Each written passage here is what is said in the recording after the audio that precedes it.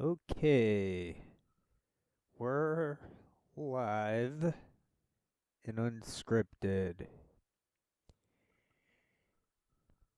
This is going to be another audiobook.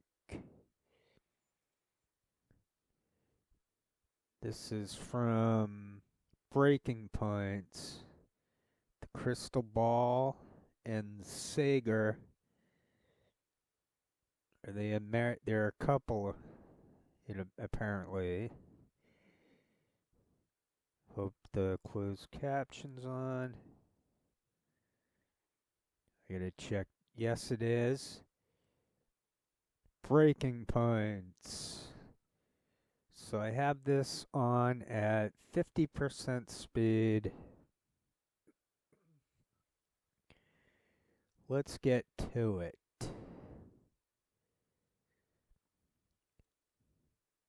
Oh, one disclaimer. All the ums and everything's going to be them or what I see for the closed caption. That includes the ums. I'm going to try to think fast and to make it good. 50% speed.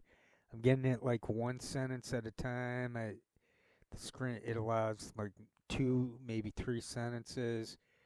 So this is a little bit of work for myself. The premise is that when we take a good listen to what they're actually saying on these shit shows, turns out they're reading AI. It's AI, it's the military, and it becomes obvious when I dramatically reveal it. I'm not listening to them.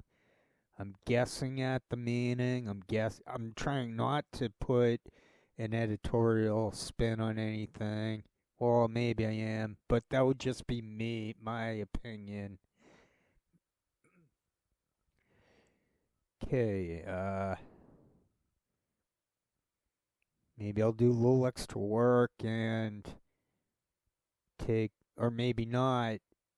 Uh, I want to make it like the last one where I was pretty good, I thought, letting it be known. Is that a word? Letting it be known who was doing the speaking, whether it was Helper or Crystal Ball, which seems to be a fake name, but that's I'm probably wrong. And this seems to be Sager starting out the speaking. He's gonna go speaking of worst people in the world. This goes for 17 minutes, 18 seconds, but it's at half speed, so I got some work ahead of me. Speaking of worst people in the world,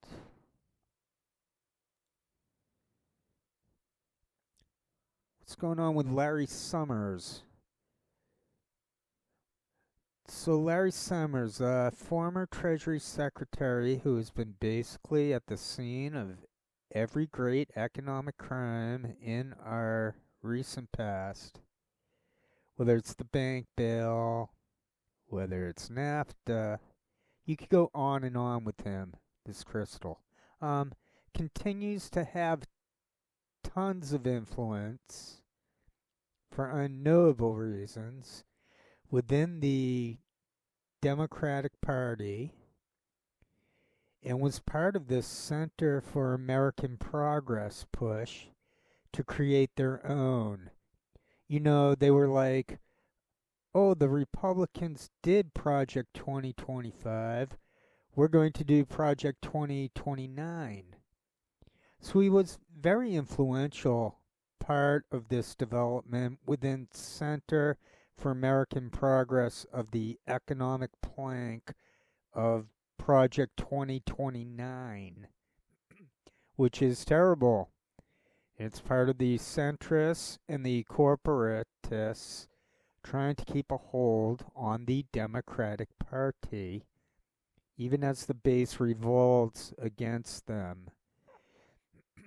And Doran Mandani is the most popular figure in the Democratic Party. So lo and behold, this isn't a big surprise. Man, damn me, that we knew Larry Summers had a significant relationship with Jeffrey Epstein, which he had apologized for in the past. But this man is all over the Epstein emails that just came out. One of the central characters. Trump is mentioned a lot more, but Larry Summers is mentioned a lot. And we have direct emails. Unlike with Trump, we have direct emails between Larry Summers and Jeffrey Epstein that come out of this. And I'll show you some of them. They're pretty wild. The sort he was getting like relationship advice to chase after some lady while he's married, by the way, from Jeffrey freaking Epstein, and was messaging with him right up until he is put in literal prison. So very deep relationship with him. Okay. So after all of this came out, there was a bunch of public pressure, and he is now, as of yesterday afternoon or evening, could put B1 up on the screen. He has now announced that he is going to step back from all public commitments in light of those messages. It's a tweet. She's reading off a tweet of this guy, Dhruv Patel. Just saying Summers is, he's ashamed. I'll just wait till she finishes this. He will continue teaching. And then he will, however, continue teaching at Harvard. Let's put the next piece up on the screen. American Prospect has been doing some fantastic reporting here. I have to think that some of the pressure that came from Daniel Boguslaw here at American Prospect and others. Ryan also highlighting his, emails, and also some Chinese government official connections. I'll get to that in a moment. But they talk here about the way he was guiding this project at the Center for American Progress. So according to people with knowledge of the arrangement, one of the leads on the economic policy plank for the Project 2029 project is Harvard professor and former Treasury Secretary Larry Summers, who's now been exposed, is regularly exchanging emails about his personal life with the notorious sex trafficker Jeffrey Epstein. Officially, Summers has the title of Distinguished Senior Fellow at CAP. All right, maybe she's reading from a news article, from an article. See, I'm not trying to promote whatever they're doing. I'm waiting for her to come back on screen because I don't know what the hell if she's just talking up some article on this guy Larry Summers. The title for their video is Epstein Scandal Reveals Eyes Wide Shut Was Real. Okay, here she is back. And they have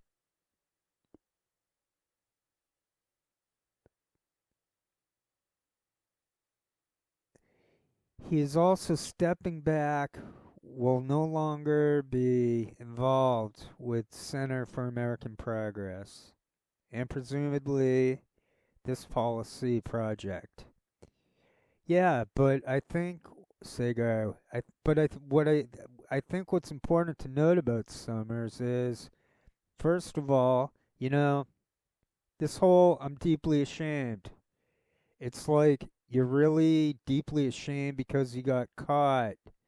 Okay, and in terms of his look, you could already have judged him on his policy record in the Clinton White House or anywhere else as the Trump ad or as the Harvard University president. Like he clearly had a long relationship there with Epstein. But what's really disgusting is the way. Look, remember, this is all post sex offender conviction. Number one. Number two, in terms of Larry, his own wife is apparently sending Epstein recommendations for books, including Lolita. All right?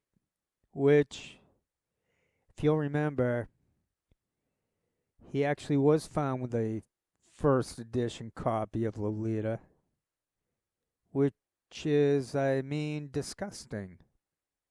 Yeah. If you don't know what it is, Google it. Okay? And it's one of those where inside of this, piece about his hilarious behavior, lascivious, and luring this woman and kind of looking at Epstein as like this wingman, literally. That's the way that they describe it. You're like, this is so repulsive. And I saw a very interesting piece in the Wrap, actually, where a columnist was coming to grips with the fact she was like, I've long been an insider, and every Thanksgiving I'm confronted with a relative who believes that the world is run by a global pedophile elite. And she's like, now it's painful to admit that they were. I'm like, yeah, look, I'm a cynical guy. I've lived here for a long time. You hear stories, you know, about things and all of that. Even not like when you really read the birthday book, it's shocking.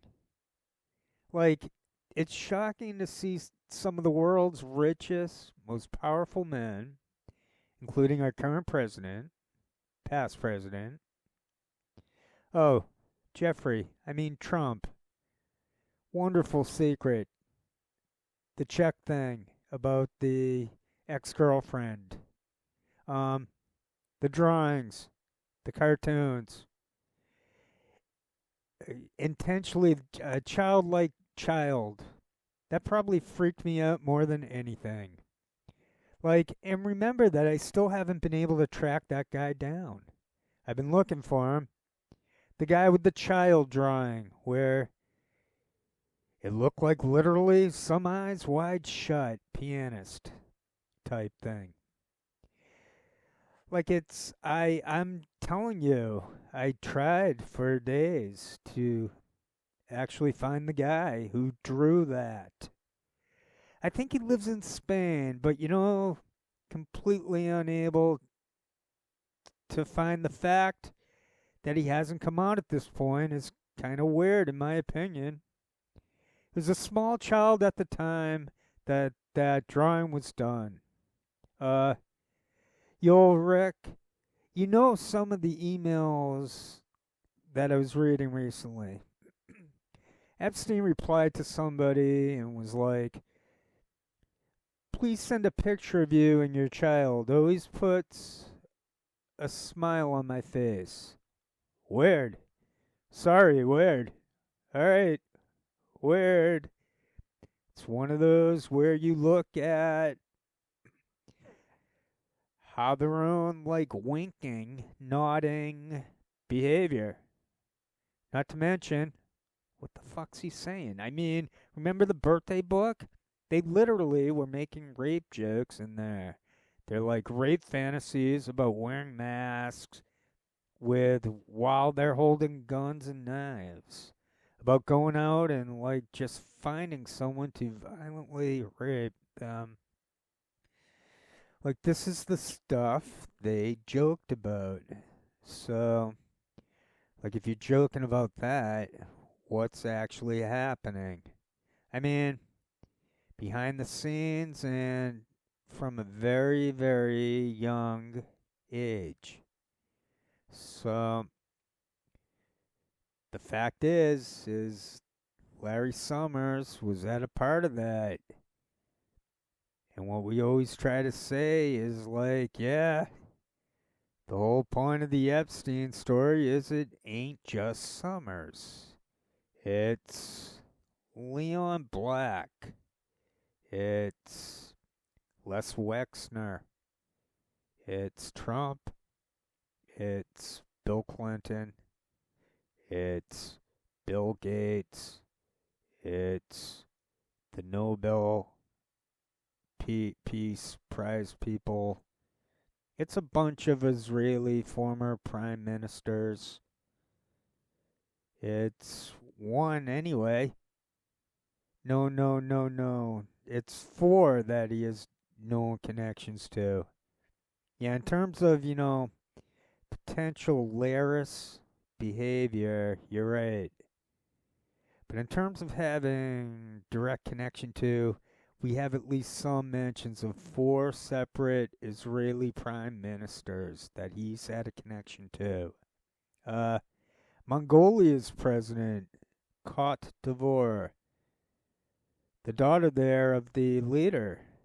I mean, this paints a picture, which is, it's eyes wide shut, literally. Like it is a actual representation of a look. At the end of the day, what do people always say? Like, absolute power corrupts absolutely. And so we already know that people who are filthy rich live a very different life from all of us. In fact, just yesterday, I'm one of those suckers for one of those Wall Street Journal stories, which is like how the ultra rich are living in luxury.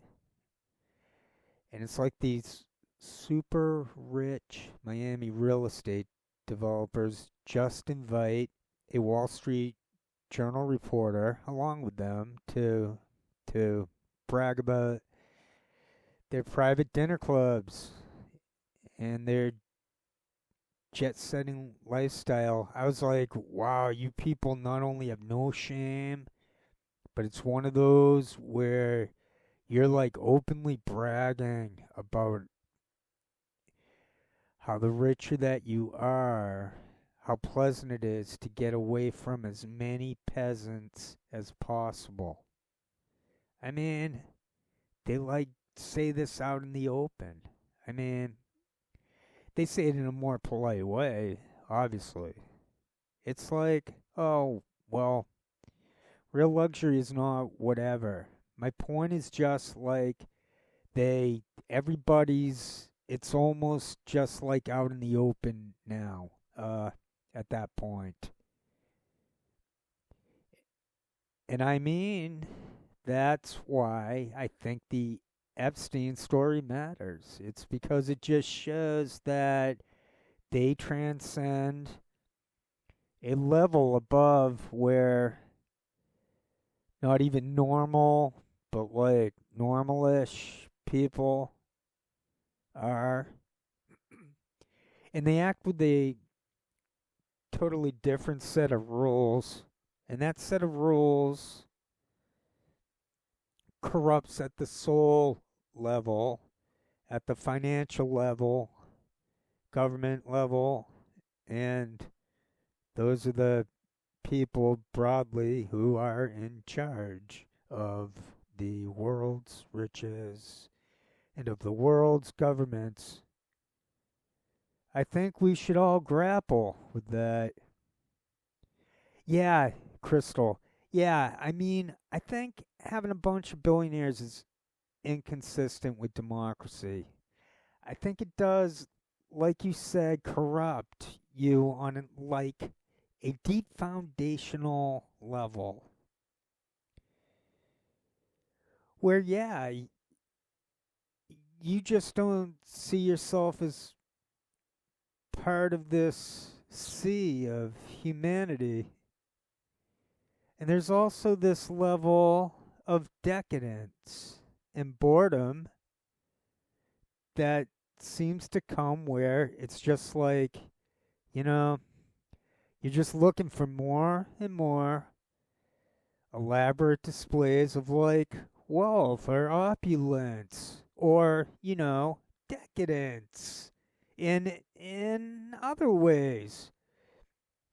With Larry Summers in particular, I really want people to I don't know if people how much you know about this man, but he's sort of the ultimate Washington, like serious thinker. You know, very highly esteemed. Harvard, obviously, has advised multiple presidents. He's always consulted. Trump still would call, I mean, Biden still was talking to him. Obviously, even now, even before these emails came out, we knew about this relationship with Epstein. But Center for American Progress is still bringing him in for their economic policy plank. Like he's seen as the ultimate, like, serious economic thinker, especially in Democratic circles. And so, to have these emails revealed, which are disgusting, let's put the next Harvard Crimson tear sheet up on the screen, which details some of them. So a Summers sought clandestine relationship with woman he called a mentee. Epstein was his, quote, wingman. And Sager used that terminology like that's how they referred to it, right? That's not our characterization. That was how they referred to this relationship. And so, I'll read you a little bit of this. They say in a sequence of texts and emails between November 2018 and July 5th, 2019. What's happened in July of 2019? Yeah, Epstein goes to prison. So he's emailing this man right up until he goes to prison. Summers turned to Epstein for advice on his pursuit of this woman who he described. All right, they have the screenshot up so you can't see them while they're speaking this out. Because when they're on camera, it's obvious they're scripted looking at teleprompters. So they're doing this, they're mixing up like what's being read with what. And they're talking at double fast from how I'm going. I think around 65%, 70% would be the ideal. In between 50 and 75% speed. So they're definitely speaking at a rate that we're not meant to. It's impossible to follow what they're saying. Even if it's at a 10th grade high school level, it doesn't matter.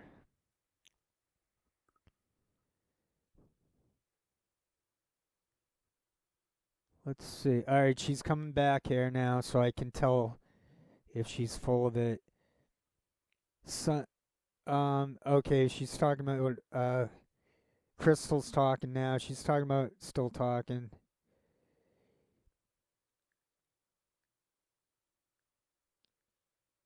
Epstein told him in one June 2019 text, "She is doomed to be with you.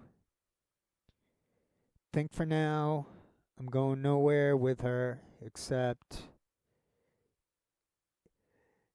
No, she's just reading from an article, so I'm just going to wait a little bit more. I don't know who the hell's reading articles on this crap, who's watching these shit shows. I guess she's discussing Summer's wife, and their emails with Epstein.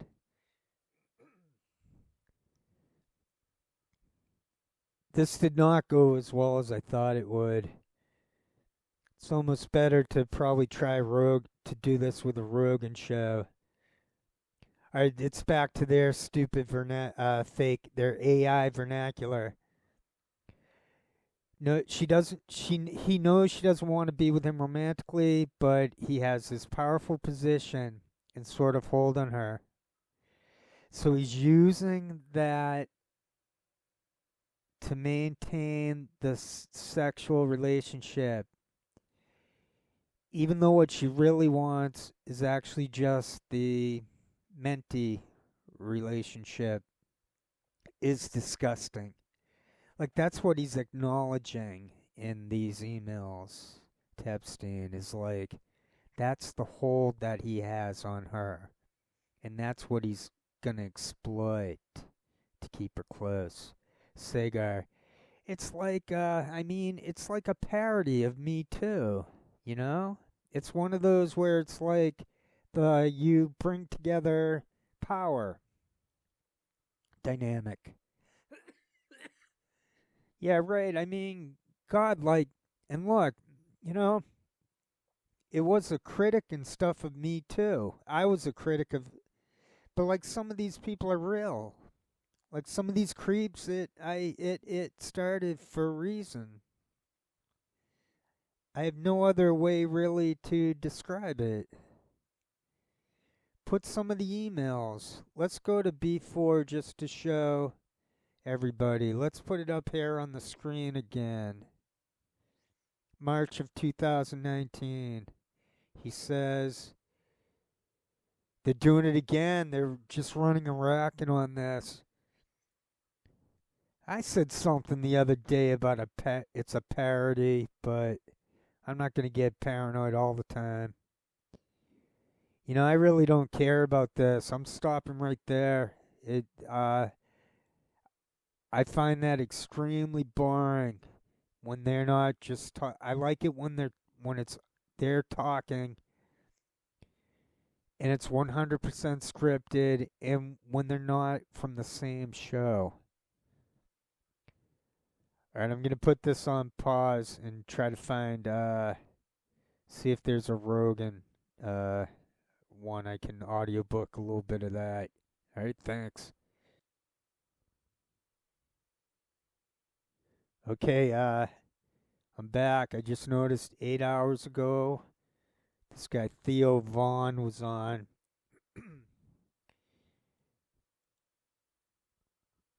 Just gonna make sure I have this all lined up good. This should work out much, much better than the other one.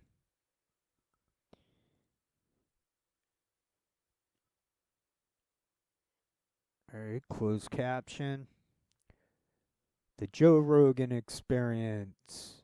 So this one will be easy to know who's talking, and they're less likely to, it'll just be obvious. It'll be tough if they talk over with each other and they try to do like fake back and forth. Who, me? Sorry. Sorry, I didn't know you were talking. Talking to one of the. There's only 3 of us in here. Yeah, are there?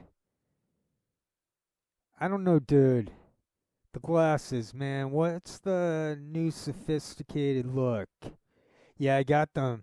What's going on? I see. I see you got them. Yeah, they're great, man. My buddy Joseph gave them to me. I got them from him. Yeah. Yeah, and they're popping. And they help too. Yeah. Are you losing your vision?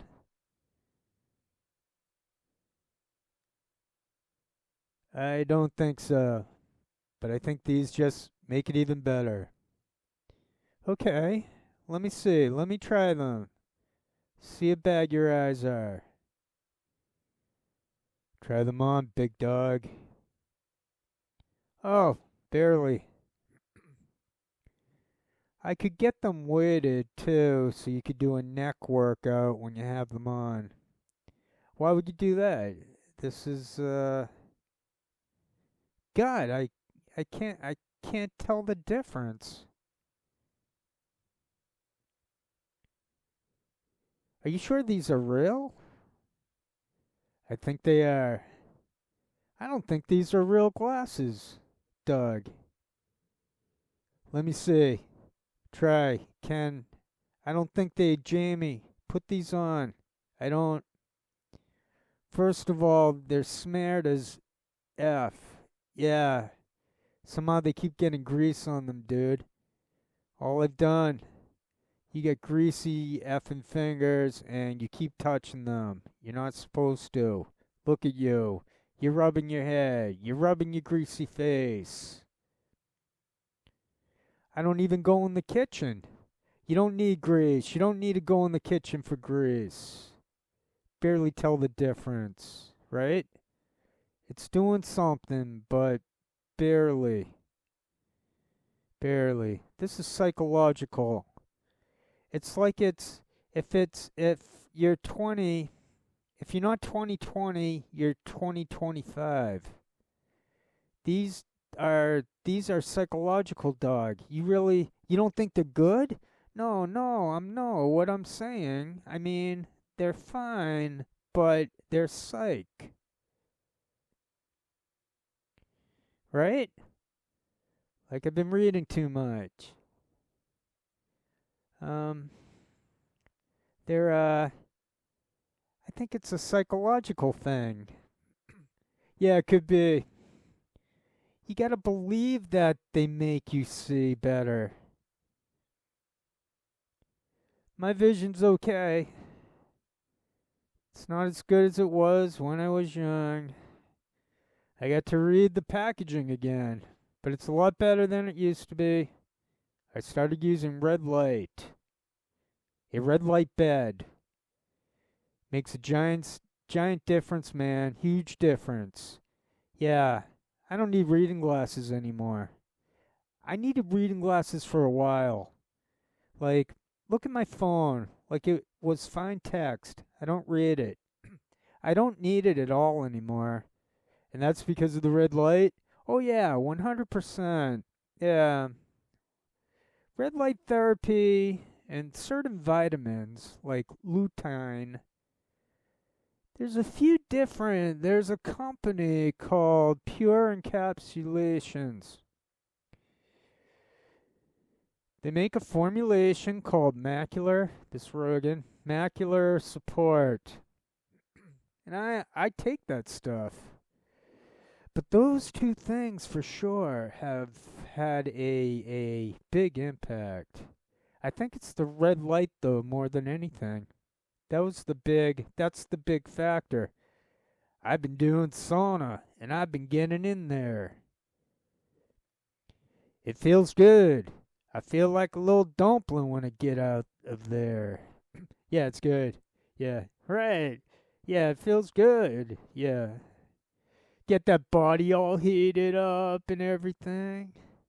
Just kind of flows out of you. I saw a protocol of what you're supposed to do, Rogan, before you get in there. And I've never done any of these things. But it's like how much water you're supposed to drink before you go in. Snorts. F all that. 45 minutes you're supposed to go. Or Rogan, 45 minutes you're supposed to go. You're supposed to drink up like a liter of water with electrolytes and some magnesium. I don't know. Some guy made this. That's the problem. Like, everybody's an online guru. Oh, Theo. Yeah, well, everything they watch, it's like they think you're trying to get in the Olympics. It's the effing. I'm just trying to effing get to work. You know what I'm saying? I'm just trying to fuck. I just want to feel a little bit better, Rogan. Yeah, I'm just trying to make it out of my garage. Give me an edge. Giving an edge on this cold, Rogan. Hard world. Yeah, that's the only thing, man. That's all I'm looking for. But good to see you, dude. Good to see you always, my friend. Glad you're still alive. You too. I'm glad you're still alive, too. Amen. A little tip of the hat to Tokyo Shemp, I imagine. Have we, you think? Yeah. Yeah, definitely. You really have. I talked over what they were saying. Who have I interviewed that you have it? It's more dangerous. Oh, I don't. That's a good question. I mean, I did. I don't. Yeah. I don't think I have people that's that dangerous. Maybe Thomas Massey? Oh, do you have him on? Yeah. Yeah. Yeah, they all hate him right now. It's a sad thing about both Rogan political parties, not just the right, but the left too. Is they decide that they're going to gang up on someone for not towing the line. Yeah. Like, whatever happened to having different opinions? Whatever happened to having different perspectives and being able to argue your perspective? But then they have these goofy ass bills, which, by the way, they just fuck. They slipped something into this last bill that Mitch McConnell guy did, I believe. Make sure that he did that, the hemp thing. They slipped this thing in where you can no longer buy CBD. Like, it has to be like the lowest trace amount of THC in it,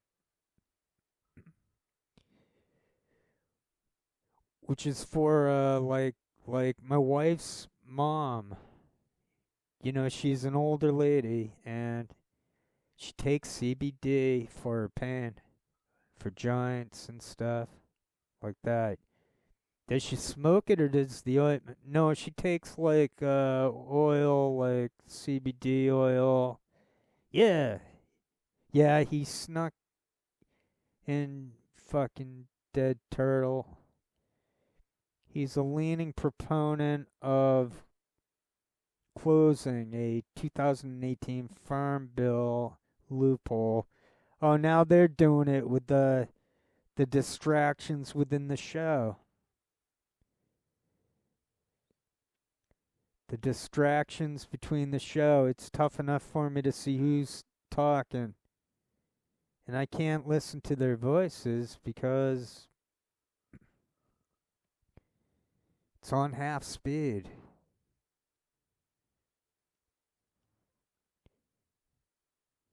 I'm guessing what that Theo Vaughn guy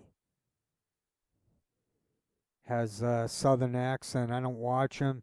But what I see is that they create themselves. So Dave Smith, no one, I think Rogan created Dave Smith, and he seems to have created this other guy. And they just all create one another by going on their shows. And they're all doing the same shit, uh, bouncing off of the hidden teleprompters. And they're all talking too fast beyond what can be said.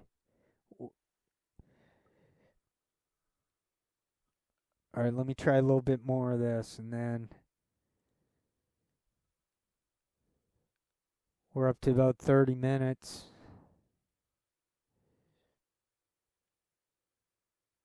All right, I'll try some more of this. They're still talking about the CBD, the marijuana thing. Taking super, super low amounts, but there's something about how CBD and THC work in a synergistic way for people that are in a lot of pain. Rogan. I know a lot of people, like I said, my wife's mom, she says the stuff with the THC in it works better and it's not getting her high. Like, this is the misunderstanding.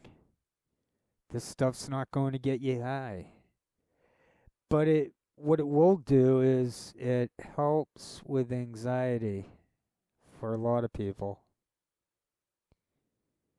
It definitely reduces inflammation. And for people that have like joint pain, like my friend Dave Foley from News Radio, Kids in the Hall, Dave Foley, awesome guy. Dave had like pretty severe arthritis in his hands, like where, you know, he was really having a hard time opening his hands. Started taking CBD oil.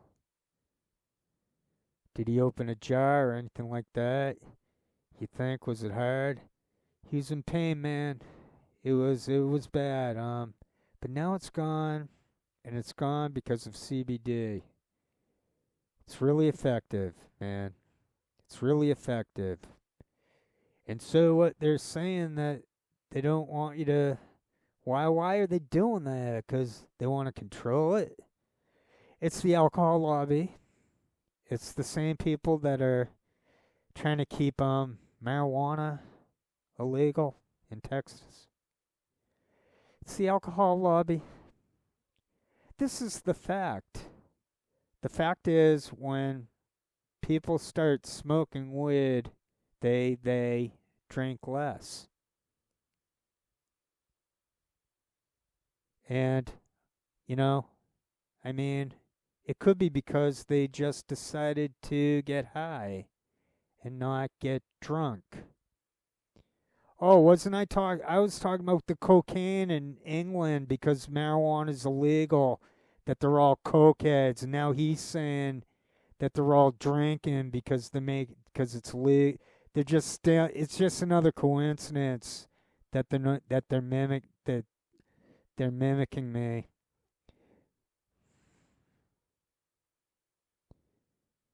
I don't know who's watching their shows. They're talking too fast to follow. And these are cunts. These Theo Vaughn, probably fake name, Joe Rogan. These are people that dox. They're like predators who should be on lists. Every human being should know where they live. They're predators. Joe Rogan's a fucking cunt. Anyone can slow them down. Find a way to get the text. It's repetitive. It's not how human beings talk. Oh, now they're talking about him snorting. They all do that. It's called chicken face syndrome. Deformed fucking bitches who should be doxxed. They should be advised to go to Sweden on one-way tickets. Scum of earth. Still alive. Oh, you're still alive too. Good to see you're still alive. So I start to look at the vocabulary they're using, and it's easy for me to pick up that they mimic me, to prove that they mimic me. But I got better things in life to play that sort of cat and mouse game. They're getting nothing for real comments. They're basically fucked. They get no real comments proving that the view stats are also fake.